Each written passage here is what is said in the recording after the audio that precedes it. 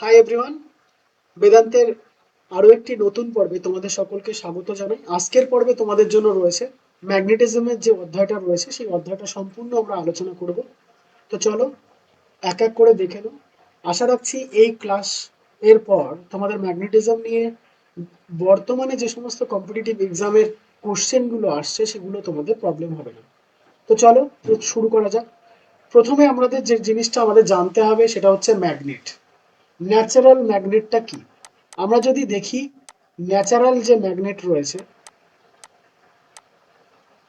Natural যে magnet রয়েছে সেটা কি হবে না, প্রথম বৈশিষ্ট্য আমরা ন্যাচারাল ম্যাগনেটের যেটা পাবো সেটা হচ্ছে এই ন্যাচারাল ম্যাগনেট ফেরোম্যাগনেটিক সাবস্টেন্স দিয়ে তৈরি হবে। ফেরোম্যাগনেটিক সাবস্টেন্স বলতে যেমন এফি মানে ফেরাস, কোবাল্ট আর নিকেল, এগুলোকে বলা হয় কি ফেরোম্যাগনেটিক ফেরোম্যাগনেটিক সাবস্টেন্স। ওকে, তাহলে আমরা কি পেলাম? ন্যাচারাল যে ম্যাগনেট আমরা প্রকৃতিতে পাই সেটা কি, সেটা হচ্ছে আমাদের ফেরোম্যাগনেটিক সাবস্টেন্স দিয়ে তৈরি হয়। অর্থাৎ ফেরোম্যাগনেটিক সাবস্টেন্স বলতে লোহা, নিকেল, কোবাল্ট এগুলো দিয়ে কিন্তু তৈরি হয়। ঠিক আছে, পাশাপাশি কি আমাদের ন্যাচারাল ম্যাগনেট একটা আরেকটাকে কি করে আকর্ষণ করে এবং একটা আরেকটাকে কি করে চার্জ করে। ঠিক আছে, এবার যদি চলে আসি যে উম, তাহলে আমরা একটা এটা পেয়ে গেলাম যে একটা আরেকটাকে চার্জ করে এবং একটা আরেকটাকে কি করে অ্যাট্রাকশন করে। থার্ড যে বৈশিষ্ট্যটা আমরা পাবো এখানে, হুম, যেটা হচ্ছে এই যে যে আমাদের ন্যাচারাল ম্যাগনেট রয়েছে এটা কিন্তু কি করে একটা ফোর্স কাজ করায়। হুম, যদি নর্থের সাথে সাউথ হয় তাহলে কানেকশন আসবে, এবং যদি সাউথের সঙ্গে সাউথ বা নর্থের সঙ্গে নর্থ হয় তাহলে সেক্ষেত্রে কি হবে না, বিকর্ষণ বল কাজ করবে। তো এখানে একটা ফোর্সের কিন্তু গুরুত্বপূর্ণ ভূমিকা আমরা দেখতে পাই। ওকে, চলে আসো ন্যাচারাল ম্যাগনেট কি দিয়ে তৈরি হয়। বেসিক্যালি আয়রন অরা দিয়ে তৈরি হয়, অর্থাৎ লোহার যে আকরিক দিয়ে তৈরি হয় সেটা পরীক্ষার সময় অনেক সময় দেয়। দেখো সেটা কি দিয়ে তৈরি হয়, ম্যাগনেটাইট।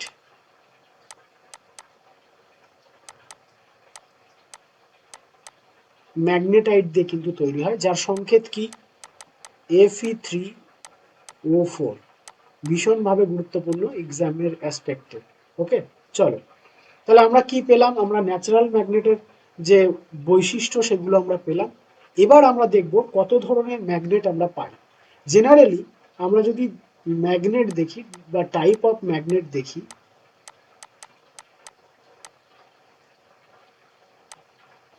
ম্যাগনেটের যদি ধরন দেখি, প্রথম যে টাইপের আমরা ম্যাগনেট পাবো সেটা হলো দেখো ম্যাগনেট বার।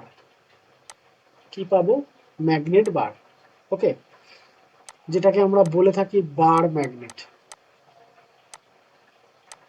কেমন সেটা, এই যে দেখতে পাচ্ছ যেমন তৈরি করেছি এরকম, এর দুটো দিক থাকবে অবশ্যই, একটা হচ্ছে নর্থ আর একটা হচ্ছে সাউথ, দুটো পোল কিন্তু এর থাকবে। ওকে, তারপরে যে ম্যাগনেটটা আমরা পাবো সেটা হচ্ছে হর্স শু ম্যাগনেট, অনেকটা এইরকম দেখতে। হর্স শু ম্যাগনেট, এরও একদিকে নর্থ থাকবে এবং একদিকে সাউথ থাকবে। এটাকে কি বলা হয়, হর্স শু,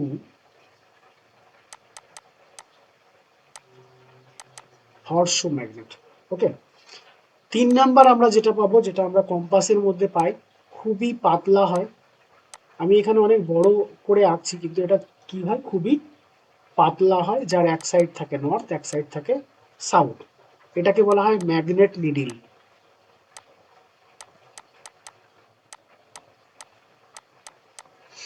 এটাকেই আমরা কিসের মধ্যে পাই, কম্পাসের মধ্যে পাই। অর্থাৎ এটাকে যদি আমরা এয়ার ফ্রি জায়গায়, এয়ার ফ্রি জায়গায় যদি সেট করে দিই তাহলে সেটা কি তৈরি হয়ে যাবে, কম্পাস কিন্তু তৈরি হয়ে যাবে। ওকে, এছাড়া আরো একটা আমরা ম্যাগনেট পাই যেটাকে সার্কেল ম্যাগনেট বলা হয়, গোলাকার, যার একদিকটা থাকে নর্থ আর একদিকটা সাউথ। আমাদের যে মিউজিক বক্সগুলো হয় সেই মিউজিক বক্সে কিন্তু আমরা এই ধরনের ম্যাগনেটগুলো কিন্তু পেয়ে থাকি। ওকে, এবার চলে আসো আমাদের ম্যাগনেটের যে যে সকল উল্লেখযোগ্য বৈশিষ্ট্যগুলো আমরা পাই যেগুলোর উপর দাঁড়িয়ে ম্যাগনেটের যে কন্ডিশনগুলো দাঁড়িয়ে আছে সেগুলো এক এক করে আমরা দেখে নেব। দেখো কন্ডিশন 1 প্রথম যদি আমরা দেখি, সাপোজ ধরে নাও এইভাবে দুটো ম্যাগনেট রয়েছে, এইভাবে দুটো ম্যাগনেট রয়েছে, যেখানে এই পাশে সাউথ পোল রয়েছে, এই পাশেও সাউথ পোল রয়েছে, এখানে নর্থ পোল, এখানে নর্থ পোল। তো এক্ষেত্রে কি হবে? এক্ষেত্রে ম্যাগনেট কিন্তু একে অপরকে বিকর্ষণ করবে। কারণ কি, দুটো সেম পোল কখনো দুটোকে কি করে না, আকর্ষণ করে না। ওকে, তাহলে এটা হয়ে গেল আমাদের কন্ডিশন 1। কন্ডিশন 2 তে গিয়ে যদি আমরা দেখি, দ্বিতীয় কন্ডিশনে আমরা কি পাবো না, আমাদের যে ম্যাগনেটিক চুম্বক রয়েছে, সাপোজ ধরে নাও এটা এই দুপাশই নর্থ পোল, এক্ষেত্রেও কি হবে না, এক্ষেত্রেও কিন্তু ম্যাগনেট বিকর্ষণ করবে। এক্ষেত্রেও যেমন বিকর্ষণ করেছিল, এক্ষেত্রেও কিন্তু সেম বিকর্ষণ করবে। অর্থাৎ এর থেকে আমরা কি প্রমাণ পাচ্ছি? এর থেকে আমরা প্রমাণ পাচ্ছি যে ম্যাগনেটের যদি সেম পোল একই সাইডে থাকে তাহলে কি হয় না, সেটা কি করে, বিকর্ষণ করে। ঠিক আছে, তৃতীয় যে কন্ডিশনটা আমরা পাবো সেটা কিরকম দেখো, সাপোজ ধরো দুটো পোল, আলাদা পোল একসাথে কানেক্টেড হলো বা একই সাইডে থাকলো, এটা সাউথ পোল, এটা নর্থ পোল। এরকম যদি থাকে সেক্ষেত্রে কিন্তু কি হবে না, সেক্ষেত্রে আমাদের চুম্বক একে অপরের দিকে আসবে বা আকর্ষণ বল কাজ করবে বা অ্যাট্রাক্ট করবে। বোঝা গেছে? তো দেখো এই যে যে আমাদের টোটাল ম্যাগনেটিজম যে ব্যাপারটা রয়েছে, তাহলে আমরা 1 2 3 যে কন্ডিশনটা পেলাম, প্রত্যেকটা কন্ডিশনের ক্ষেত্রে একটা জিনিস ক্লিয়ার যে ম্যাগনেটের দুটো আলাদা ডাইরেকশন যখন কাছাকাছি আসবে তখন কি করবে, একটা আরেকটাকে অ্যাট্রাক্ট করবে। ওকে, আর এটা কিসের মতন না, যেমন আমাদের চার্জ পার্টিকেল হয়, ইলেকট্রন প্রোটনের যে চার্জ পার্টিকেল হয় তার মতো কিন্তু এটার আচরণ করবে, পুরো সেম। হ্যাঁ, যেমন আমাদের ইলেকট্রন প্রোটনের চার্জ যদি সেম হয়, বিকর্ষিত হয় মানে একটা একটা দূরে চলে যায়, ঠিক একই রকমভাবে যদি ইলেকট্রন আমাদের চার্জ কি হয়, আলাদা হয়, তাহলে আকর্ষণ করে। এখানেও কিন্তু চৌম্বকের ক্ষেত্রে আমরা একই বৈশিষ্ট্য পাবো। ঠিক আছে, চলে আসো, এটা আমরা পেলাম। এই কন্ডিশনগুলো এ ধরলে এটা হচ্ছে আমার বি। সি যেটা আমরা পাবো দেখো একটুখানি খেয়াল করে, সেটা হলো না, আমাদের যে উম, চৌম্বক রয়েছে, সাপোজ এই এই ধরনের এত বড় একটা চৌম্বক ধরন রয়েছে, এটা নর্থ পোল, এটা সাউথ পোল। কোনো কারণে যদি এটাকে আমরা ভেঙে দিই, এটাকে যদি আমরা ভেঙে দিই তাহলে কি হবে না, এর যে ভাঙা অংশ, দুটো ভেঙে গেল, দুটো অংশ পরিণত হলো, এরও কিন্তু north pole south pole, north pole south pole আলাদা রূপে তৈরি হবে। শুধু তাই না, এটা যদি অনেক খণ্ডে বিভক্ত হয়ে যায়, অসংখ্য খণ্ডে বিভক্ত হয়ে যায়, প্রত্যেকটা খণ্ডেরই কি থাকবে, নর্থ পোল থাকবে, প্রত্যেকটা খণ্ডেরই কিন্তু সাউথ পোল থাকবে। অর্থাৎ চৌম্বক মেরু, চৌম্বক যেভাবেই থাকুক না কেন, প্রতি ক্ষেত্রে কি থাকবে, যে নর্থ এবং সাউথ এটা কিন্তু আলাদা আমরা পাবো, আলাদা করে কিন্তু আমরা পাবো। বোঝা গেল? চলে আসো পরবর্তী একটা উল্লেখযোগ্য বৈশিষ্ট্য আমরা চুম্বকের যেটা পেয়ে থাকি। সাপোজ ধরো কোনো একটা চুম্বককে আমরা যদি ঝুলিয়ে দিই, কোনো একটা চুম্বককে ধরো আমরা ঝুলিয়ে দিলাম, তাহলে এ সবসময় কি করবে, নর্থ এবং সাউথকে কিন্তু ডাইরেকশন হয়ে দাঁড়াবে। অর্থাৎ এটা অল টাইম কি করবে, এটা নর্থ সাউথ ডাইরেকশন ফেস করে কিন্তু এটা স্থির হয়ে যাবে। ওকে, তাহলে এটাও আমাদের চৌম্বকের একটা বৈশিষ্ট্য আমরা পেয়ে গেলাম। এরপর চলে আসো, যদি আমি প্রশ্ন করি কেন এই যে চৌম্বক নর্থ এবং সাউথ পোলের দিকে দাঁড়িয়ে যাচ্ছে, এর পেছনে কারণটা কি যদি আমরা দেখি, দেখো কারণটা কি যদি আমরা দেখি, আমাদের যে পৃথিবী রয়েছে, এই ধরো সাপোজ আমাদের পৃথিবী, এই ধরো সাপোজ আমাদের পৃথিবী, এই পৃথিবীর জিওগ্রাফিক্যাল অ্যাক্সিস রয়েছে, এইভাবে যদি আমি ভাগ করে দিই, এটাকে আমরা কি বলছি, জিওগ্রাফিক্যাল অ্যাক্সিস। হ্যাঁ, বা এটাকে আমরা বলি জিওগ্রাফিক্যাল নর্থ,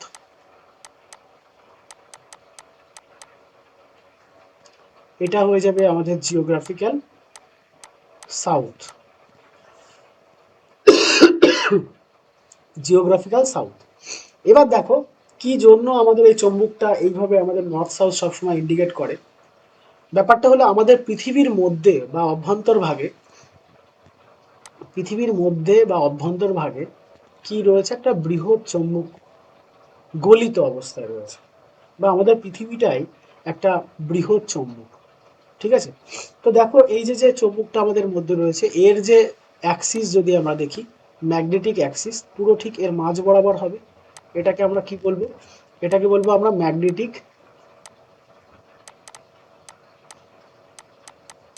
অ্যাক্সিস। ওকে, এই যে অ্যাঙ্গেলটা তৈরি করে না আমাদের জিওগ্রাফিক্যাল অ্যাক্সিস এবং ম্যাগনেটিক অ্যাক্সিসের মধ্যে যে কোণটা তৈরি করে, এই কোণটা কিন্তু আমার কত হয়, 11.3, কোনো কোনো বইতে 11.4 ডিগ্রি হয়। ওকে, এটাও কিন্তু আমাদের এক্সামে খুবই ইম্পর্টেন্ট। ওকে, চলো এবার দেখো কি বিষয়টা আসলে কি। দেখো আমাদের জিওগ্রাফিক্যাল নর্থ যেটা রয়েছে সেই দিকটাই আমাদের পৃথিবীর অভ্যন্তর ভাগে কি রয়েছে না, পৃথিবীর অভ্যন্তর ভাগে সাউথ পোল বিরাজ করছে। কি পোল বিরাজ করছে, সাউথ পোল বিরাজ করছে। ম্যাগনেটিক সাউথ পোল কিন্তু আমাদের এই সাইডে রয়েছে, অর্থাৎ এই সাইডটা সাউথ, আর এটা কি হয়ে যাবে, এটা হয়ে যাবে নর্থ পোল। পুরো বিপরীত, মানে আমাদের জিওগ্রাফিক্যাল নর্থের সাথে আমাদের ম্যাগনেটিক নর্থ, পৃথিবীর অভ্যন্তরভাগে যে চুম্বক রয়েছে সেটা কিন্তু পুরো আলাদা রয়েছে। কেন, কারণ আমরা এই পাশটা যদি আমাদের নর্থ হতো তাহলে কি হতো না, আমাদের যে চুম্বকগুলো রয়েছে সেগুলো কিন্তু সাউথ মেরু এদিকে দেখাতো।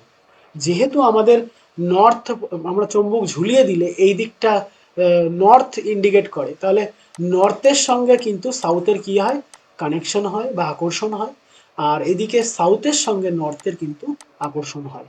সেই জন্য আমরা যদি কোনো চুম্বককে ঝুলিয়ে দিই, তার মানে কি, এটা আমাদের পৃথিবীর অভ্যন্তর ভাগে নর্থ পোলের সাথে কিন্তু কানেক্টেড হয়। ওকে, আর নর্থ পোলটা সাউথ পোলের সাথে কিন্তু কানেক্টেড হয়। বোঝা গেল ব্যাপারটা? চলো এবার চলে আসো, এবার আমরা জানবো ম্যাগনেটিক ফিল্ড সম্পর্কে। খুবই গুরুত্বপূর্ণ, একটু জেনে নাও ম্যাগনেটিক ফিল্ড এবং ম্যাগনেটিক ফিল্ডের যে ক্যারেক্টারিস্টিক্সগুলো রয়েছে সেগুলো প্রত্যেকটাই আমাদের গুরুত্বপূর্ণ। চলো কি জানবো, ম্যাগনেটিক ম্যাগনেটিক ফিল্ড। দেখো যদি আমরা এরকম একটা চুম্বক নিয়ে নিই,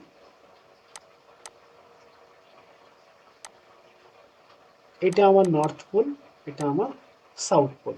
ঠিক আছে, এই ম্যাগনেটিক ফিল্ডে সবসময় কি হবে না, চৌম্বকীয় যে চৌম্বকগুলো, চৌম্বকের যে আকর্ষণ বল সবসময় এই নর্থের থেকে সাউথের দিকে যাবে, নর্থের থেকে সাউথের দিকে যাবে। হলো, আর সাউথ থেকে নর্থ এর ভেতর দিয়ে কিন্তু যাবে, সাউথ থেকে নর্থ এর ভেতর দিকে যাবে। তাহলে চৌম্বক ক্ষেত্রে চৌম্বকের যে প্রবাহ বলতে পারো, বা রেখা, যে ফোর্স যে বরাবর কাজ করে, সেটা কিসের থেকে কোন দিকে না, নর্থ থেকে সাউথের দিকে কিন্তু কাজ করে। ওকে, এটা হয়ে গেল আমাদের চৌম্বক ম্যাগনেটিক ফিল্ড। ম্যাগনেটিক ফিল্ড কি না, এই যে যে পর্যন্ত নর্থ থেকে সাউথের দিকে আমার কি যাচ্ছে, নর্থ থেকে সাউথের দিকে আমার ফোর্স কাজ করছে, সাউথ থেকে নর্থের দিকে ভেতর দিয়ে, চৌম্বকের ভেতর দিয়ে প্রবাহিত হচ্ছে। তো এই যে যতটুকু অঞ্চলের উপর দিয়ে আমার চৌম্বকের আকর্ষণ বল কাজ করছে, এটাকে আমরা কি বলি, ম্যাগনেটিক ফিল্ড বলি। ওকে, এটাকে আমরা ম্যাগনেটিক ফিল্ড বলি। আর এই যে যে রেখাগুলো আমরা পাচ্ছি এগুলোকে আমরা বলি ম্যাগনেটিক ফিল্ড লাইন বা ম্যাগনেটিক ফিল্ড ফোর্স। ওকে, এই রেখাগুলোর উপর দিয়ে কাজ করছে। চলে আসো তাহলে আমরা এখান থেকে তো একটা বৈশিষ্ট্য পেয়েই গেলাম, যে চৌম্বকের ভেতরে, চৌম্বকের নর্থ থেকে সাউথের দিকে, নর্থ থেকে সাউথের দিকে বল কাজ করে, আর ভেতরে, এটা কি, এটা বাইরে, আউটওয়ার্ড। আর ইনওয়ার্ডে আমার সাউথ থেকে, ইনওয়ার্ডে অভ্যন্তর দিয়ে সাউথ থেকে কি হয়, নর্থের দিকে কিন্তু আমাদের এই চুম্বকের লাইনগুলো কিন্তু কাজ করে। ওকে, এটা আমরা পেয়ে গেলাম দুটো বৈশিষ্ট্য। তৃতীয় বৈশিষ্ট্য যদি আমি এখানে দেখি, খুবই গুরুত্বপূর্ণ বৈশিষ্ট্য, ভালো করে বুঝবে।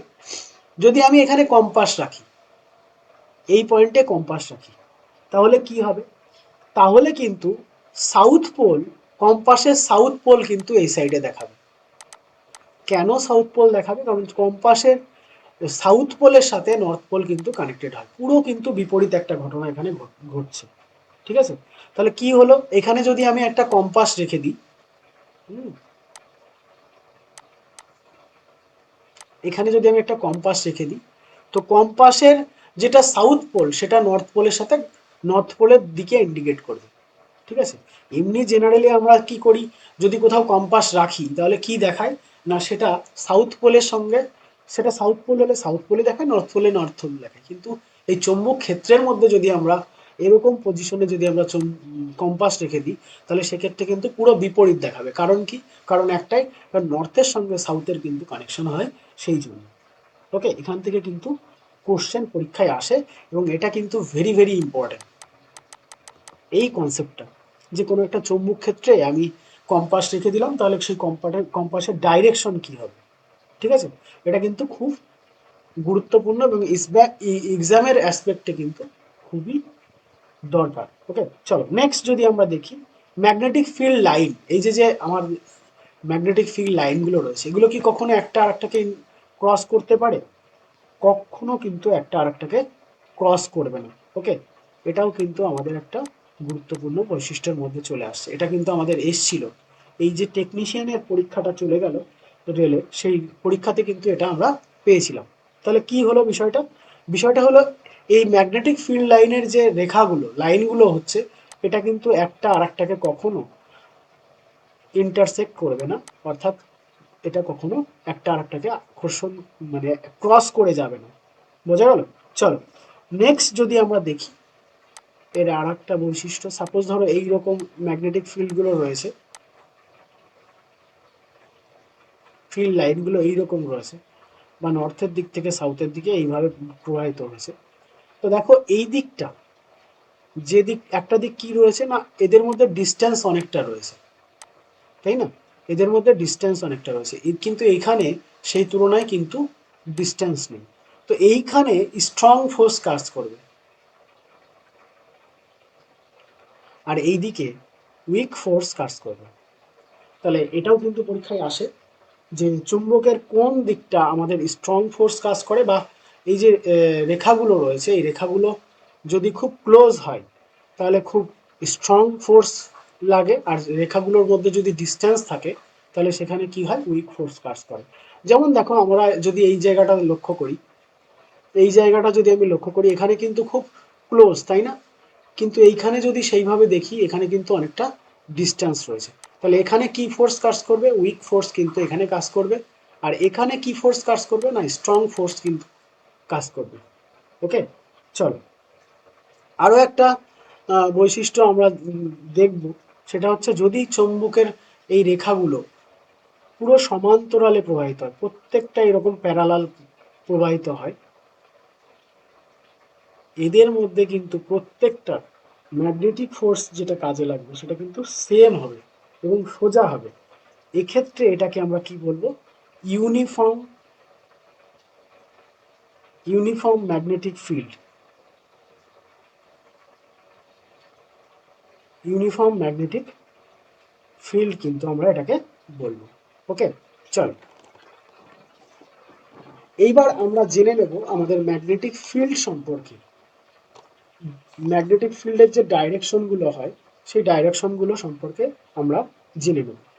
প্রথমেই জানবো যার হাত ধরে, সেটা হচ্ছে, দেখে নাও, অরেস্টেডস এক্সপেরিমেন্ট।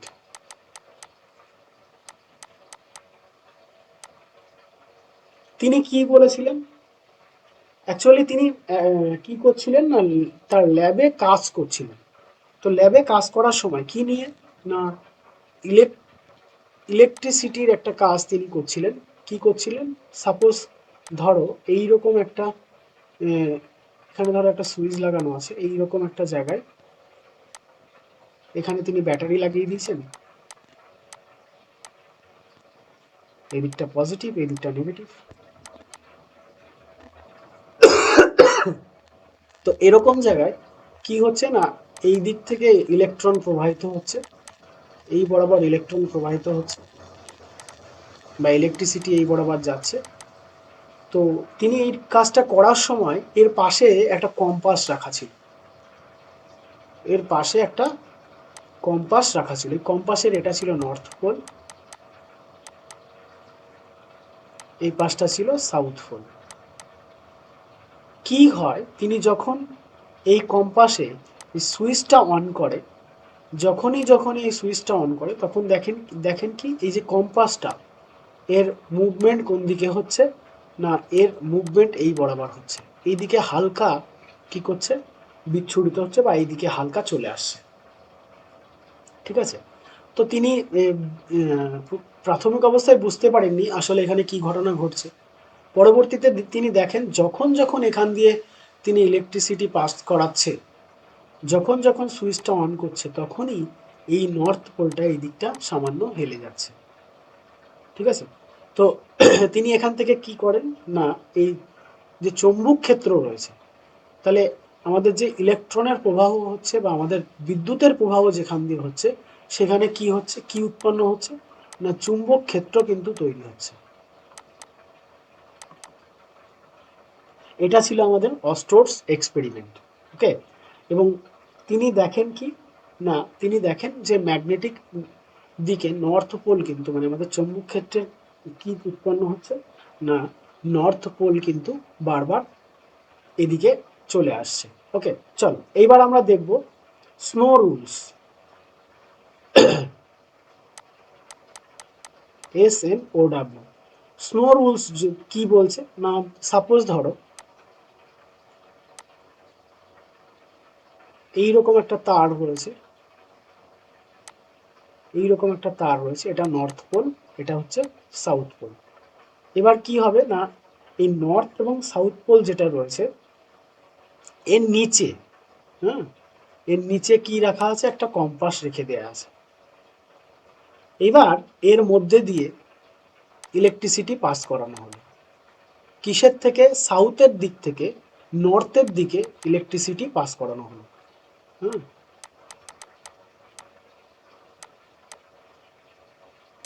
ইলেকট্রিসিটি পাস করানো হলো। যদি পাস করানো হয় তাহলে এই যে নিচে আমরা কম্পাস রেখে দিয়েছি, এর ম্যাগনেটিক নিডিলটা, এর ভেতরে যে ম্যাগনেটিক নিডিলটা থাকছে, ম্যাগনেটিক নিডিলটা থাকছে, সেটা কোন দিকে চেপে যাবে না, এই দিকে কি হবে বা ওয়েস্টের ডাইরেকশন, ওয়েস্ট ডাইরেকশনে কিন্তু এর যে ম্যাগনেটিক নিডিলটা রয়েছে সেটা কিন্তু সামান্য বেঁকে যাবে। ঠিক আছে, সেটা কিন্তু সামান্য বেঁকে যাবে। এটাই হচ্ছে আমাদের কি, স্নো রুলস। দেখো স্নো রুলস কিভাবে কাজ করছে, এস মানে সাউথ, এন মানে নর্থ,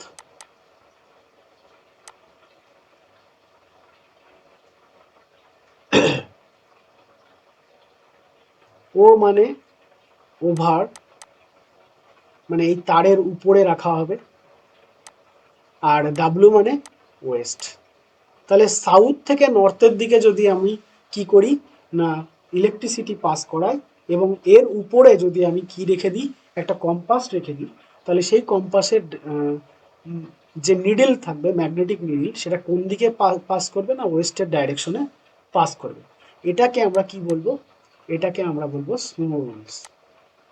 তো এটারই বিপরীত কখনো হবে, দেখো সাপোজ ধরো আমি একটা সেম, এই সব কিছু একই রাখলাম, শুধুমাত্র এর ইলেকট্রিসিটির প্রবাহটা, ইলেকট্রিসিটির যে প্রবাহটা রয়েছে সেটা আমি কোন দিক থেকে কোন দিকে করলাম, নর্থ থেকে সাউথের দিকে করলাম, এটার পুরো বিপরীত। মানে একটা জিনিস আমি এখান থেকে চেঞ্জ করলাম, সেটা কি না, এটা আগে সাউথ থেকে নর্থের দিকে পাস করাচ্ছিলাম ইলেকট্রিসিটি, এবার কি করলাম, নর্থের দিকের থেকে সাউথের দিকে আমি ইলেকট্রিসিটি পাস করাচ্ছি এবং এর উপরে একটা কম্পাস রেখে দিয়েছি। ঠিক আছে, যদি এটা করি তাহলে কি দেখবো আমরা, সবকিছু বাকি সবকিছু কিন্তু সেম কন্ডিশনে আছে, শুধুমাত্র আমরা ইলেকট্রিসিটি নর্থের দিক থেকে পাস করাচ্ছি, নর্থের দিক থেকে ইলেকট্রিসিটি পাস করাচ্ছি। তাই যদি করাই এবং এরপরে যদি আমি একটা কম্পাস রেখে দিই, তো সেই কম্পাসের মুভমেন্ট কোন দিকে হবে, সেই কম্পাসের মুভমেন্ট কিন্তু ইস্ট ডাইরেকশনে হবে, ইস্ট ডাইরেকশনে কিন্তু হবে। ঠিক আছে, তো এটাকে আমরা কি বলবো, এটাকে বলবো, এটা যেহেতু নর্থ থেকে সাউথের দিকে পাঠাচ্ছি এবং এর উপরে কম্পাস রেখেছি, তাহলে এটা আমার কোন দিক থেকে কোন দিকে যাচ্ছে, ইস্টের দিকে। ঠিক আছে, তাহলে দেখো আমরা প্রথম স্নো রুলস পেলাম এবং স্নো রুলসের বিপরীত ঘটনা যেটা আমরা দেখছি NSOE, এটা কিন্তু আমরা এখান থেকে পাচ্ছি। ওকে, চলো, তাহলে আমরা প্রথমে এটা পেলাম, এটার থেকে আমি কি করলাম, জাস্ট এটার বিপরীত একটা জিনিস খালি আলাদা করেছি, সেটা হচ্ছে এটা সাউথের ডাইরেকশন থেকে যাচ্ছিল, এটা নর্থের ডাইরেকশন থেকে আমি কি পাস করেছি, ইলেকট্রিসিটি পাস করিয়েছি। ঠিক আছে, এবার দেখো, যদি দুটো জিনিস আমি এখানে পাস করাই, দুটো জিনিস আমি যদি করি, কি ধরো পুরো যেমন রয়েছে আমার এখানে, সাউথ থেকে আমি নর্থের দিকেই কি করাবো, ইলেকট্রিসিটি পাস করাবো, ইলেকট্রিসিটি পাস করাবো। এই কম্পাসটা আগে উপরে রাখা ছিল, এখন আমি কি করব, কম্পাসটাকে নিচে পাঠিয়ে দেবো। কম্পাসটাকে কোথায় পাঠিয়ে দেবো, নিচে পাঠিয়ে দেবো। কম্পাসকে যদি নিচে রেখে দিই তাহলে কি হবে দেখো, বাকি সব সেম রয়েছে, সাউথ থেকে নর্থের দিকে আমি পাঠাচ্ছি এবং কম্পাসটাকে নিচে রেখে দিয়েছি, তাহলে এক্ষেত্রেও আমি দেখব কি না, এর এই যে কম্পাস রয়েছে, কম্পাসের যে মিডিল, সেটা কোন দিকে যাচ্ছে না, এই ইস্টের দিকে যাচ্ছে। ওকে, এটাকে বলা হবে SNBW বিই, কারণ কি সাউথের থেকে নর্থের দিকে যাচ্ছে ইলেকট্রিসিটি এবং এটা কম্পাসটা কোথায় রাখা হয়েছে, এর নিচে রাখা হয়েছে, অর্থাৎ বিতে বিলো, এবং কোন দিকটা নিডল যাচ্ছে, সেটা হচ্ছে ইস্টের দিকে আমার কিন্তু নিডলটা যাচ্ছে। ওকে, তাহলে এটাকে আমরা কি বলবো, SNBE। ওকে, আর একটা কন্ডিশন এখান থেকে তৈরি হবে, সেটা যদি আমি এই সেম রেখে দিলাম কন্ডিশন, কি হবে না, নর্থের থেকে সাউথের দিকে যদি আমি এখন পাঠাই ইলেকট্রিসিটি, যদি আমি নর্থের থেকে সাউথের দিকে ডাইরেকশনে পাঠাই এবং কম্পাসকে যদি আমি এর নিচে রেখে দিই, বিলোতে রেখে দিই, তাহলে কি হবে না, এটা আবার ওয়েস্টের ডাইরেকশনে কিন্তু মুভ করবে। তাহলে ওয়েস্টের ডাইরেকশনে মুভ করলে এটাকে আমরা কি বলবো, এটাকে আমরা বলবো NS, নর্থের থেকে সাউথের দিকে যাচ্ছে, আর এর নিচে কম্পাসটা রাখা আছে তাই বি, এবং এটা কোন দিকে যাচ্ছে, ওয়েস্টের দিকে যাচ্ছে। ওকে, তাহলে NSBE। তাহলে এই চারটে আমরা কিন্তু পেয়ে গেলাম, এখান থেকে কিন্তু কোশ্চেন আছে, এক, এটা 2 নম্বর, এটা 3 নম্বর, এটা 4 নম্বর। ওকে, চলো, যদি আমরা দেখি তাহলে এই যে ব্যাপারটা, এটাকে আমরা কি বলি, এটাকে বলি আমরা রাইট হ্যান্ড থাম্ব রুল। বিষয়টা কি আমি আবারও বলে দিচ্ছি, দেখো আমরা যদি এই দিক থেকে এই বরাবর পাঠাই, মানে তোমার হচ্ছে বিদ্যুৎ প্রেরণ করি, তাহলে কি হবে না, আমরা এখানে বুড়ো আঙুলটা রাখবো আমাদের ডান হাতের, বুড়ো আঙুলটা যদি এই বরাবর রাখা হয়, এই বরাবর যদি রাখা হয়, এবং আমার হাতের আঙুলগুলো তখন কোন দিকে থাকবে, এই দিকে থাকবে, এবং এই হাতের আঙুলগুলো যেদিকে কাজ করবে সেই দিকে কি হবে না, আমার যে চৌম্বকীয় শক্তিটা সেটা কাজ করবে, অর্থাৎ এটা আমার কি হয়ে যাবে, অ্যান্টি ক্লকওয়াইজ।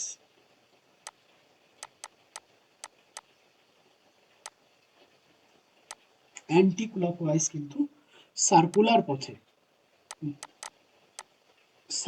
পথে, কিন্তু আমার চৌম্বক ক্ষেত্রটা তৈরি হবে এবং এর কাছাকাছি এখানে কি হবে,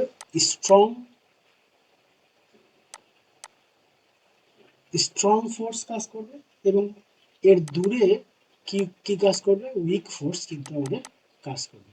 ঠিক আছে, এটা হচ্ছে কি আমাদের রাইট থাম্ব রুলস কিন্তু বলছে। ওকে, এত সময় আমরা স্লো রুলস দেখেছি, অর্স্টেডের রুলস গুলো দেখেছি, তার এক্সপেরিমেন্ট দেখেছি।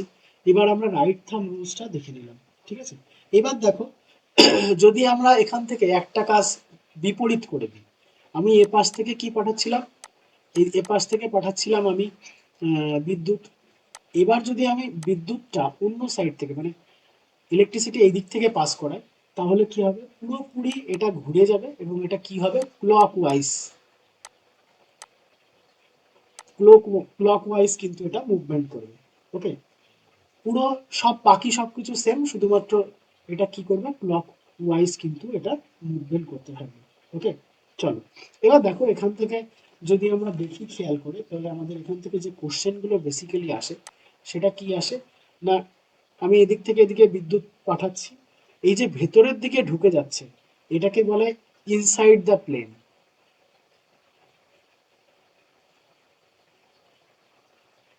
এটাকে কি বলা হয়, ইনসাইড দ্য প্লেন, অথবা ইনটু দ্য পেজ, পেজের ভেতরের দিকে যাচ্ছে, তাই না, এটাকে বলে কি, ইনটু দ্য পেজ। অথবা আমরা বলতে পারি এটাকে ভার্টিক্যালি ডাউনওয়ার্ড।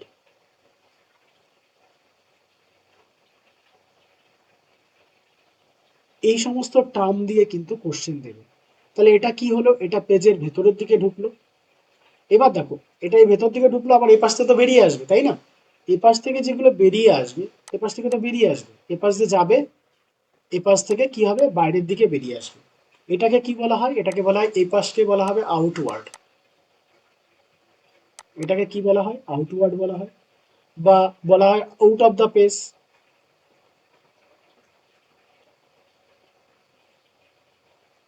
ওকে, অথবা ভার্টিক্যালি আপওয়ার্ড বলা হয়।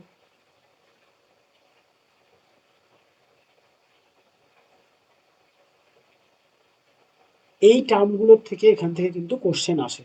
ওকে, তাহলে এটা ভেতরের দিকে যাচ্ছে, এটাকে আমরা কি বলবো, ইনওয়ার্ড বলবো। এ পাশ থেকে ভেতরের দিকে যাচ্ছে, এটাকে আমরা ইনওয়ার্ড বলবো। আর এ পাশ থেকে বাইরে আসছে, তাই এটাকে কি বলবো, আউটওয়ার্ড। তো এইগুলো বিভিন্ন টার্মে ডাকা হয় এবং এই টার্ম দিয়ে কিন্তু এখান থেকে কোশ্চেন আসে। এটাই হচ্ছে আমাদের কি rules, right hand thumb rules. Okay, চলো এবার যদি আমরা দেখি ম্যাগনেটিক ফিল্ডকে কারেন্ট ক্যারিং যে এলিমেন্টস রয়েছে সেখানে কিভাবে এটা কাজ করছে, সেখানে কিভাবে এটা কাজ করছে, magnetic field due two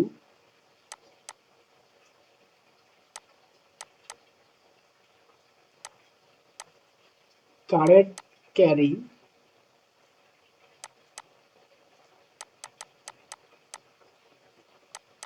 elements.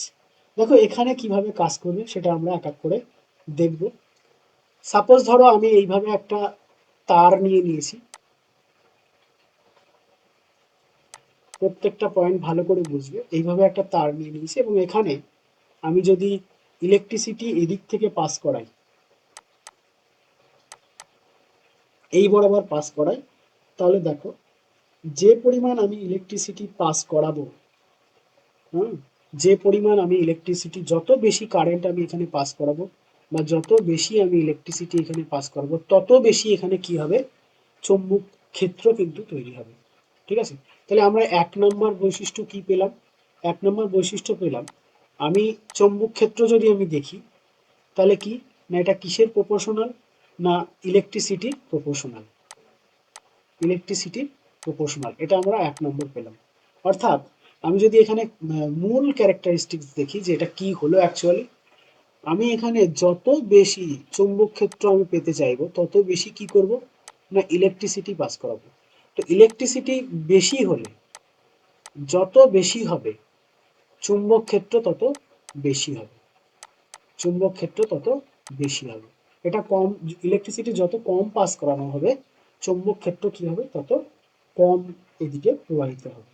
ওকে, চলো নেক্সট যদি আমি দেখি, দুই নাম্বার কন্ডিশন আমি যদি দেখি এখান থেকে, সেটা কি দেখব, না আমার চুম্বক ক্ষেত্রের ক্ষেত্রে কি হতে হবে, না এই যে যে আমার দৈর্ঘ্যটা রয়েছে, এটার দৈর্ঘ্য যত বেশি হবে, এটার দৈর্ঘ্য কি হবে, যত বেশি হবে, এটার দৈর্ঘ্য এল ধরো, এর লেন্থ যত বেশি হবে, তত বেশি আমার কি হবে, চুম্বক ক্ষেত্র আমরা পাবো।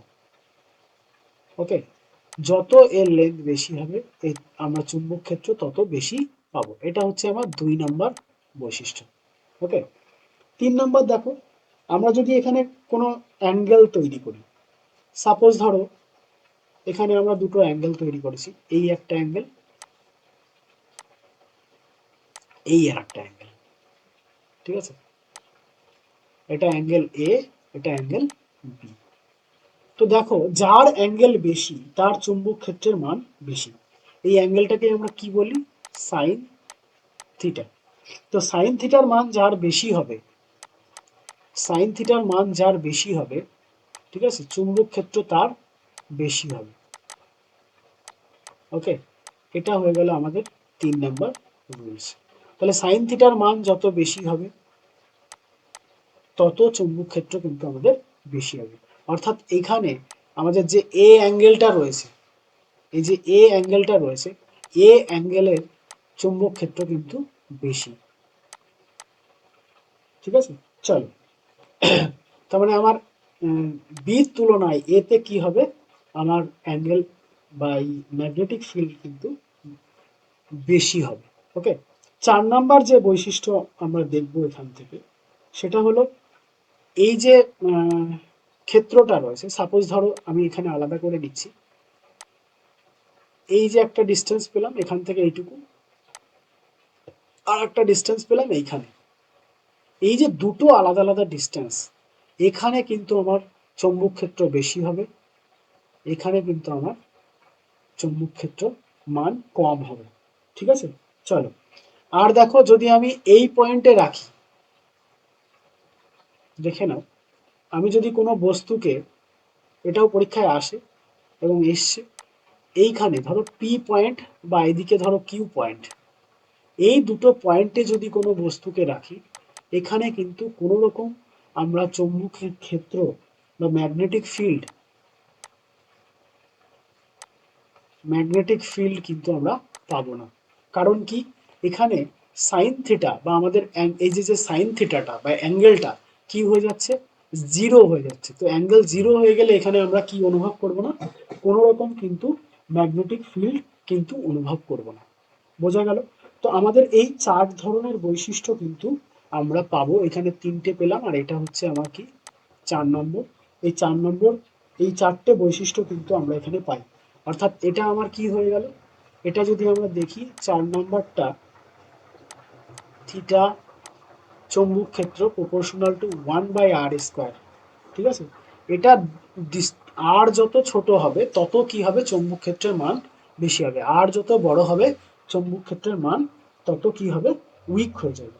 ঠিক আছে, এবার দেখো এই যে সবকটা মিলিয়ে যদি আমি একটা ইকুয়েশন তৈরি করি, হ্যাঁ, সবকটাকে যদি আমি মিলিয়ে ইকুয়েশন তৈরি করি, তাহলে আমরা কি পাবো,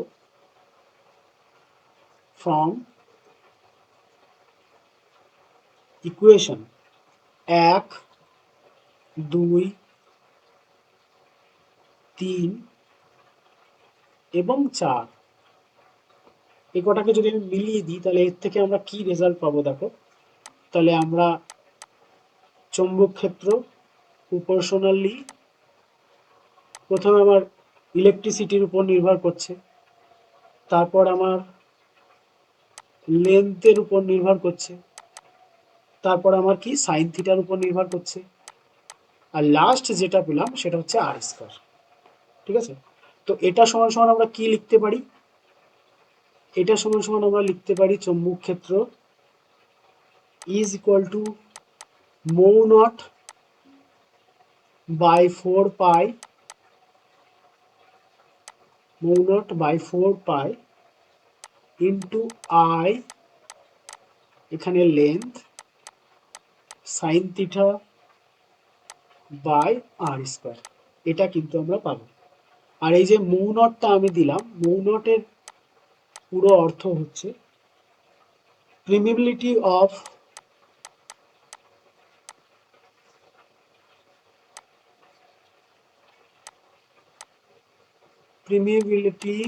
অফ ফ্রি স্পেস।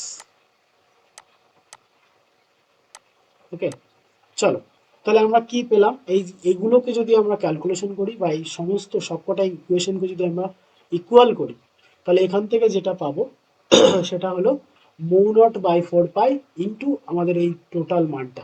ওকে, তো এখান থেকে দেখো মৌ নট সবসময় কনস্ট্যান্ট হয়, মৌ নট সবসময় কি হয়, কনস্ট্যান্ট হয়। মৌ নটের মান কত, 10⁻⁻7, 10⁻⁻7 into n by a square. ঠিক আছে, তো এটাকে যদি আমি ফার্দার ক্যালকুলেশন করি তাহলে আমরা কি পাবো, এটা আমরা পাবো 4 pi into 10⁻⁻7 n by R square. Okay, আর এই যে মানটা আমরা পেলাম এটাকে বলে বায়ো সাভার্ট ল, এটাকে কি বলে, বায়ো সার্ভার বায়ো সার্ভার্ট ল। ওকে, চলো এই ইকুয়েশন দিয়ে কিন্তু আমরা চৌম্বক ক্ষেত্রের মান বের করতে পারবো। ওকে, চলো এরপরে আমরা জেনে নেব আমাদের যে চৌম্বক ক্ষেত্র রয়েছে। হ্যাঁ, এই চৌম্বক ক্ষেত্র যদি আমরা গোলাকার সার্কিটে তৈরি করি, হ্যাঁ, যদি বৃত্তাকারে তৈরি করি তাহলে সেক্ষেত্রে আমাদের সেন্টারে কি ধরনের ম্যাগনেটিক ক্ষেত্র উৎপন্ন হবে সেই সম্পর্কে আমরা কনসেপ্ট নেব। মানে এটা আমরা প্রথমে তারের মাধ্যমে ডাইরেক্ট পাঠাচ্ছিলাম একটা লম্বা ভাবে, এবার যদি গোলাকার কোনো ফিল্ডে আমরা এই ইলেকট্রিসিটি প্রেরণ করি তাহলে সেক্ষেত্রে আমাদের ম্যাগনেটিক ফিল্ড কি হবে। তাহলে লিখে নাও,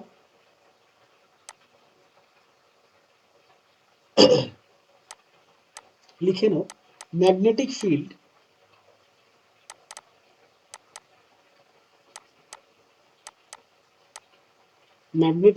at the center of current carrying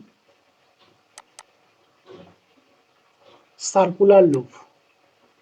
ভীষণভাবে ইম্পর্টেন্ট, এখান থেকে প্রশ্ন আসে।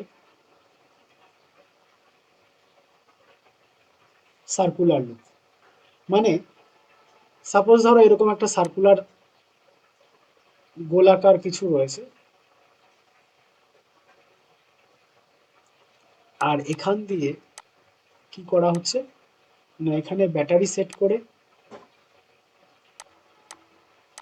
এখানে ব্যাটারি সেট করে এদিকে পজিটিভ এদিকে নেগেটিভ, এই সার্কুলার রূপের মধ্যে আমরা কি প্রেরণ করছি না ইলেকট্রিসিটি প্রেরণ করছি, এবং ইলেকট্রিসিটি এইভাবে প্রবাহিত হচ্ছে। ঠিক আছে, যদি এইভাবে প্রবাহিত হয় তাহলে এই ক্ষেত্রে আমার কি হবে, দেখো বেসিক্যালি ইলেকট্রিসিটি এই যে রেডিয়াস, এই রেডিয়াসের উপরেও কিন্তু নির্ভর করবে। আমি ইলেকট্রিসিটি এইভাবে প্রেরণ করছি এই সার্কুলার লুপের মধ্যে, তাহলে দেখো কি আসবে এখানে, চৌম্বক ক্ষেত্র কি তৈরি হবে, B is equal to mu naught by 2 into এই যে ইলেকট্রিসিটি বাই কি, ইলেকট্রিসিটি আর বাই আর। ওকে, এটা কিন্তু আমরা পাবো।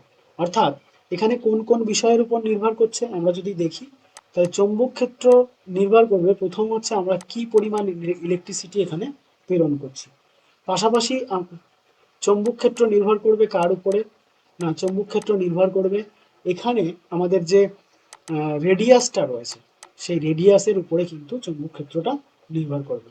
এর পরেও আরো একটা জিনিস আমরা দেখব, সেটা কি, যদি এই সার্কুলার লুপ অল্প জায়গা নিয়ে হয়, মানে স্বল্প জায়গার মধ্যে হয়, সাপোজ ধরো এটা এইরকম একটা হলো আর একটা এইরকম হলো, তাহলে এর রেডিয়াস বড় এর রেডিয়াস কম, যত রেডিয়াস কম হবে সেখানে ম্যাগনেটিক ফিল্ড বেশি উৎপন্ন হবে। ওকে, আর রেডিয়াস যত বড় হবে ম্যাগনেটিক ফিল্ড সেখানে কি হবে, কম হবে।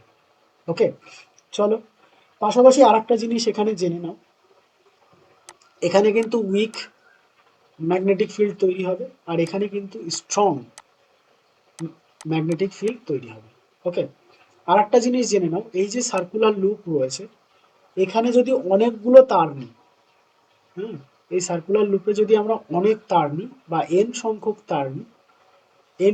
তার নিই, সেক্ষেত্রে আমাদের কি হবে দেখো, সেক্ষেত্রে আমার সূত্র হয়ে যাবে B is equal to mu naught by two N into I by কি আর। দেখো এই সূত্রটার সাথে একই রকম, শুধুমাত্র এখানে আমার কি হয়ে গেছে, এখানে আমার কিন্তু এনটা অ্যাড হয়ে গেছে। ওকে, এনটা অ্যাড হয়ে গেছে। তাহলে যত বেশি তারের সংখ্যা হবে তত বেশি কি হবে না, এর মধ্যে আমার এই যে ম্যাগনেটিক ফিল্ডটা তত বেশি স্ট্রং হবে। ঠিক আছে, ম্যাগনেটিক ফিল্ড কিন্তু তত বেশি স্ট্রং হবে। আর একটা জিনিস দেখো, আমরা কি দেখি না, আমাদের চুম্বক ক্ষেত্র তৈরি হয়, তাই না? তো আমি এদিক থেকে এদিকে আমি কি করলাম, ইলেকট্রন প্রেরণ করলাম। যদি আমি এইভাবে অ্যান্টি ক্লকওয়াইজ ইলেকট্রন প্রেরণ করি, হ্যাঁ, তাহলে এই যে যে সার্কুলার লুপ, এটা কিসের মতো কাজ করবে, সাউথ পোলের মতো কাজ করবে, সাউথ পোলের মতো কাজ করবে যদি আমি অ্যান্টি ক্লকওয়াইজ এটাকে প্রেরণ করি। হ্যাঁ, সরি, যদি আমি এখানে ইলেকট্রন বা এটাকে প্রেরণ করি কিসের মতো না, যদি অ্যান্টি ক্লকওয়াইজ আমি এটাকে পাঠাই, তাহলে এটা নর্থ পোলের মতো কাজ করবে। এটা কিসের মতো কাজ করবে, নর্থ পোলের মতো কাজ করবে। আর যদি ক্লকওয়াইজ পাঠাই, তাহলে এটা কিসের মতো কাজ করবে, সাউথ পোলের মতো। আমি এখানে করিয়ে দিচ্ছি, দেখে নাও। নর্থ পোলের মতো কাজ করবে কখন না, যখন এখানে আমরা কি করব, অ্যান্টি ক্লকওয়াইজ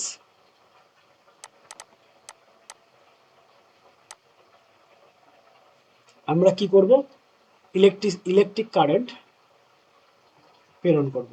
আর এটা সাউথ পোলের মতো কাজ করবে কখন না, যখন ক্লকওয়াইজ আমরা কারেন্ট প্রেরণ করব। ঠিক আছে, অথবা এর যেটা আমরা এ পাশ থেকে সাউথ পোল দেখছি, এর ওই বিপরীত পাশটা আমার কি হয়ে যাবে, নর্থ পোল। যেটা আমরা এখানে নর্থ পোল দেখছি, তার বিপরীত পাশটা কি হয়ে যাবে না, আমার সাউথ পোল হয়ে যাবে। ঠিক আছে, এটাকে কিন্তু আমরা এটাও বলে থাকি, ক্লক ফেস রুলও বলে থাকি, ক্লক ফেস রুলও কিন্তু আমরা এটাকে বলে থাকি। ঠিক আছে, এবার চলো আমরা দেখে নেব কারেন্ট ক্যারিং যে সলিনয়েড রয়েছে। হ্যাঁ, সলিনয়েড বলতে এই রকম,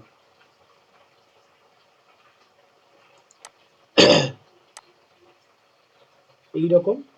এখানে সাপোজ ধরো ব্যাটারি লাগানো আছে, এপাশে পজিটিভ, এপাশে নেগেটিভ। হুম, এবার ধরো কারেন্টটা এইভাবে ফ্লো হচ্ছে, এই দিক থেকে এইদিকে ফ্লো হচ্ছে, এর মধ্যে দিয়েও কারেন্ট কি হচ্ছে, প্রবাহিত হচ্ছে। তাহলে এটাকে আমরা কি বললাম, কারেন্ট ক্যারিং সলিনয়েড।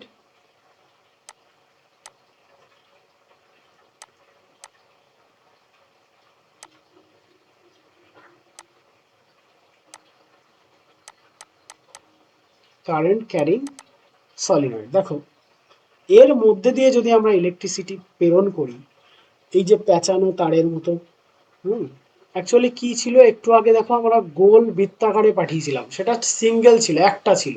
আর এখানে দেখো বৃত্তাকারে ইলেকট্রিসিটি প্রেরণ করছি, এখানে কিন্তু অনেকগুলো রয়েছে, তাই না? এটাকে কি বলা হয়, এটাকেই বলা হয় কারেন্ট ক্যারিং সলিনয়েড কিন্তু বলা হয়ে থাকে। এবার দেখো, এটা যদি সাউথ পোল হয়, এটা হচ্ছে নর্থ পোল হয়ে যাবে। ওকে, চলো এবার দেখো, এক এক করে আমরা এর ভিতরের বৈশিষ্ট্যগুলো আলোচনা করব। এক এক করে তোমরা জেনে নাও, প্রত্যেকটা কিন্তু এক্সামের অ্যাসপেক্টে খুবই ইম্পর্টেন্ট। ঠিক আছে, চলো প্রথম প্রথম যে জিনিসটা দেখো, এই যে যে পাক রয়েছে, হ্যাঁ, এই পাক সংখ্যা যদি কম হয়, হ্যাঁ, ধরো সমান লেন্থ, হ্যাঁ, লেন্থ ধরো সমান, এইটুকু জায়গার মধ্যে ধরো পাক সংখ্যা 1 2 3 4 গিয়ে শেষ হয়ে গেল, আর অন্য আর একটায় পাক সংখ্যা কি হলো, বেশি হলো। ঠিক আছে, যত বেশি পাক সংখ্যা হবে, চৌম্বক ক্ষেত্র তত বেশি স্ট্রং হবে, বেশি হবে।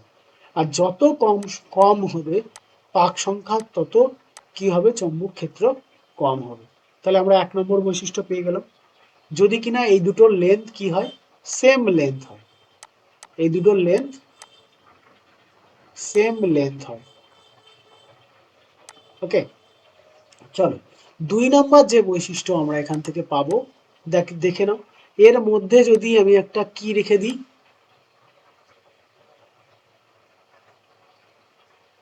সফট আয়রন রেখে দিই, এর মধ্যে যদি আমি একটা সফট আয়রন রেখে দিই, তাহলে কি হবে দেখো।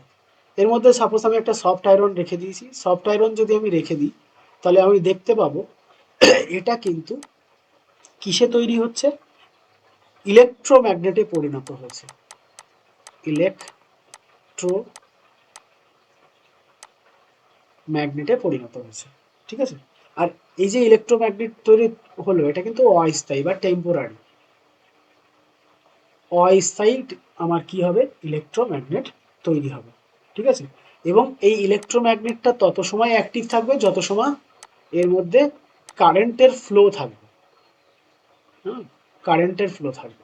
দেখো সফট আয়রন দিয়েছিলাম, তাই এটা আমার কি হয়েছিল, না এটা অস্থায়ী হয়েছিল। কিন্তু যদি আমি এখানে কি দিই, স্থায়ী হবে কি দিলে, আমি যদি ফেরোম্যাগনেটিক উপাদান অর্থাৎ ফেরাস, কোবাল্ট, নিকেল এইগুলো দিই, তাহলে কিন্তু এখানে আমার কি তৈরি হয়ে যাবে,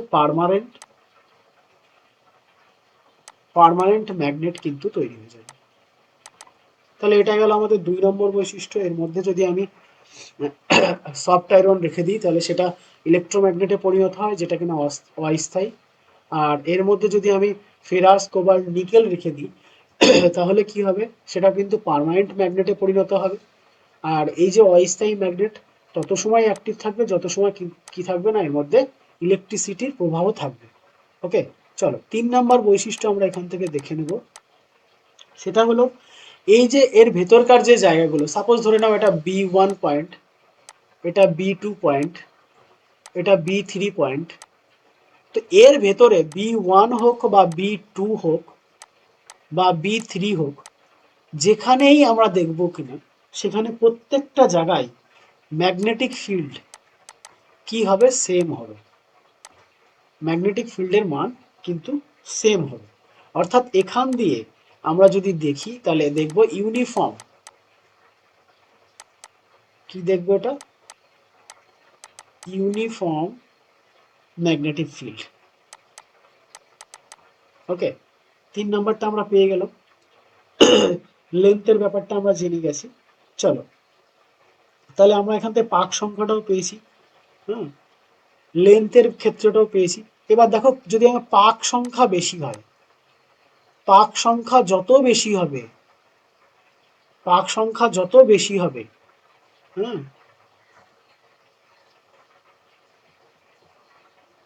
পাক সংখ্যার উপরেও কিন্তু আমার ম্যাগনেটিক ফিল্ড কাজ করছে। পাক সংখ্যা যত বেশি হবে, তত এখানে কি হবে, ম্যাগনেটিক ফিল্ড আমার বেশি হবে। পাক সংখ্যা যত কম হবে, ম্যাগনেটিক ফিল্ড আমার কি হবে, কম হবে। ওকে, চলো 5 নাম্বার বৈশিষ্ট্য যদি আমরা এখান থেকে দেখি, তাহলে আমরা কি পাবো, না এটা কিন্তু মিডিয়ামের উপরও কাজ করে। এই যে ম্যাগনেটিক ফিল্ডটা, এটা কিন্তু আমার মিডিয়ামের উপরও নির্ভর করে। ওকে, চলো, তাহলে আমরা এখান থেকে পেয়ে গেলাম যে ম্যাগনেটটা আমার তৈরি হচ্ছে, বা সলিনয়েডের মধ্যে দিয়ে যদি আমরা ইলেকট্রিসিটি পাস করাই, তাহলে সেক্ষেত্রে আমাদের কি ধরনের চৌম্বক ক্ষেত্র আমরা পাচ্ছি, সেগুলো কিন্তু আমরা পেয়ে গেলাম। ঠিক আছে, তো এখানে আমরা যদি দেখি, এই যে যে এনটা আমরা বারবার বলছি, সেটা হচ্ছে কি, এনটা হচ্ছে আমার number of terms unit length, মানে এই যে যে লেন্থটা, সেটা কিন্তু আমরা এখানে পেয়ে গেলাম। ওকে, চলো, এরপর আমরা জানবো যে যে সমস্ত আমাদের ইউনিফর্ম ম্যাগনেটিক ফিল্ড রয়েছে, সেই ইউনিফর্ম ম্যাগনেটিক ফিল্ডে কিভাবে আমাদের চৌম্বক ক্ষেত্রগুলো কাজ করে। ওকে, চলো তাহলে আমরা একটু দেখে নিই যে ইউনিফর্ম ম্যাগনেটিক ফিল্ড যেখানে রয়েছে, সেখানে আমাদের চৌম্বক ক্ষেত্র কিভাবে কাজ করছে। সাপোজ ধরে নাও এই হচ্ছে আমাদের ইউনিফর্ম ম্যাগনেটিক ফিল্ড, মানে যেখানে ম্যাগনেটিক ফিল্ডের মান সমান, এরকম জায়গায় এই কিউ একটা ধরো পয়েন্ট, এই কিউ একটা ধরো পয়েন্ট, এখান থেকে ভি গতিবেগে কোনো কিছু প্রবাহিত হচ্ছে, এখানে যে অ্যাঙ্গেলটা উৎপন্ন করেছে সেটা হচ্ছে থিটা। এটা যদি হয় তাহলে দেখো আমাদের কি হবে, এখানে কি ধরনের ফোর্স উৎপন্ন হবে সেটা সম্পর্কে আমরা একটু ডিটেলসে জেনে নেব।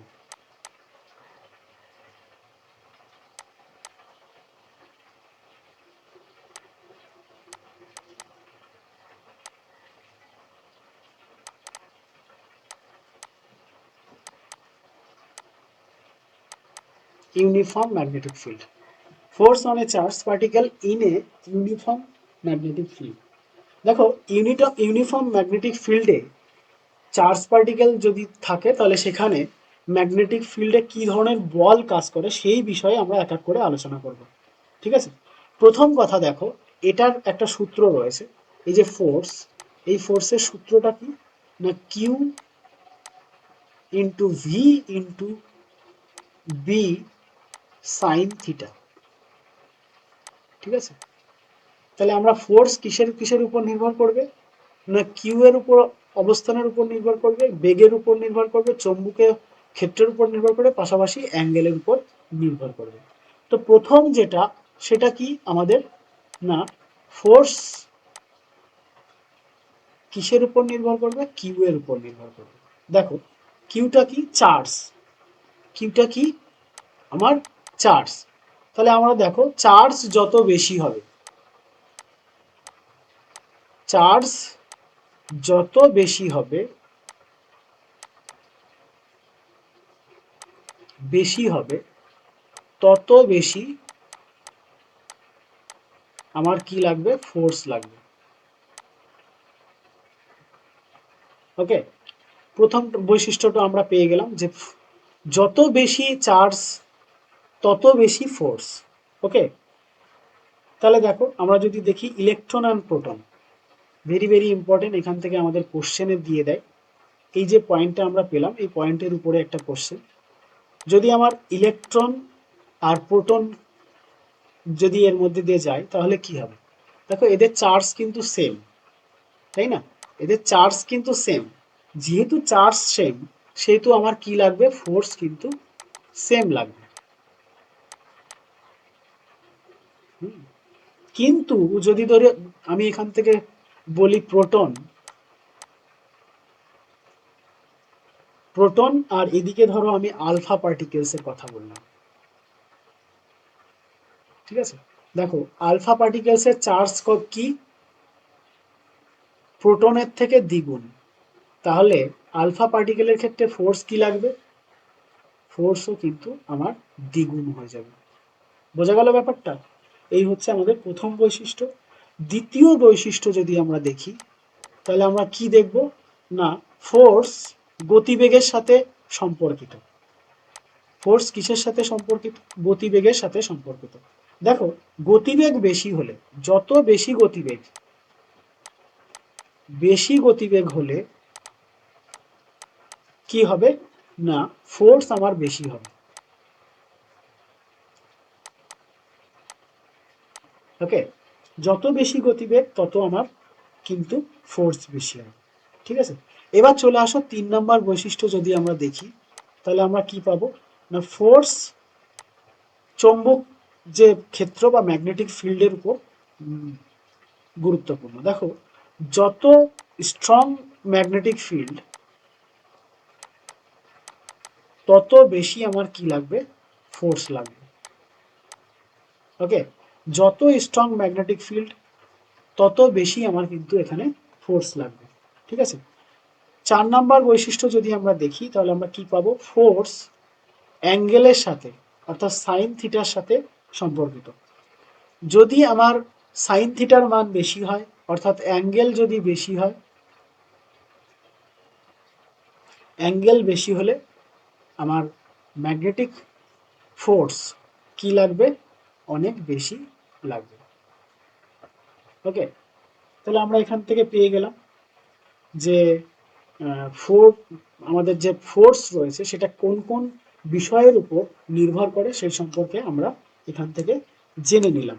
ঠিক আছে, এবার চলে আসো কোন কোন পয়েন্টে আমাদের একদমই ফোর্স লাগবে না সেগুলো আমরা এখান থেকে জেনে নেব। এই যে ইউনিফর্ম স্পিড রয়েছে, এই ইউনিফর্ম স্পিডে কোথায় মানে আমাদের ইউনিফর্ম স্পিড মানে ইউনিফর্ম ম্যাগনেটিক ফিল্ডে আমার কোথায় কোথায় ফোর্স একদমই লাগবে না সেটা যদি আমি দেখি, তাহলে আমরা দেখতে পাবো প্রথম যেটা, দেখো প্রথম যেটা আমরা সব থেকে গুরুত্বপূর্ণ, আমি রেড কালারে এটা করে দিচ্ছি, দেখে নাও 1 নম্বর অবস্থা। না, সাপোজ ধরে নাও আমার এই যে গতিবেগ, গতিবেগ যদি জিরো হয়ে যায়, অর্থাৎ ভি ইজ ইকুয়াল টু যদি জিরো হয়ে যায়, এই ভিটা যদি আমার জিরো হয়ে যায় তাহলে কি হবে?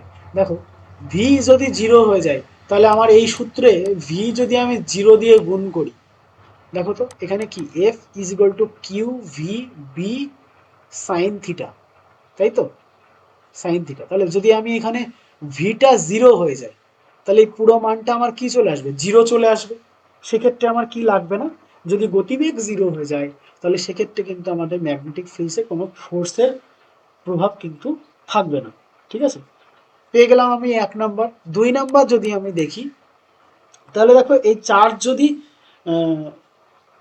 রেস্ট কন্ডিশনে থাকে, হ্যাঁ, তাহলে আমার তো গতিবেগ যদি জিরো হয়ে যায় সেটা তো আমরা পেলামই। এবার দেখো যদি এই চার্জ পার্টিকেল যদি মুভিং করে, ম্যাগনেটিক ফিল্ডের ডাইরেকশনে যদি প্রবাহ হয়, দেখো এই বরাবর যদি সমানভাবে প্রবাহিত হয়, এই যে এইভাবে যদি সমানভাবে প্রবাহিত হয় বা এই দিক থেকে এইদিকে যদি প্রবাহিত হয়, তাহলে দেখো কি হবে, এখানে কিন্তু আমাদের থিটার মান কি চলে আসছে? জিরো চলে আসছে। তো থিটার মান যদি জিরো চলে আসে তাহলে কিন্তু সেখানে আমার কি আসবে? Theta is equal two zero. তার সাইন থিটা যদি জিরো হয়ে যায় তো সেখানেও কিন্তু ফোর্স একদমই আমার লাগবে না।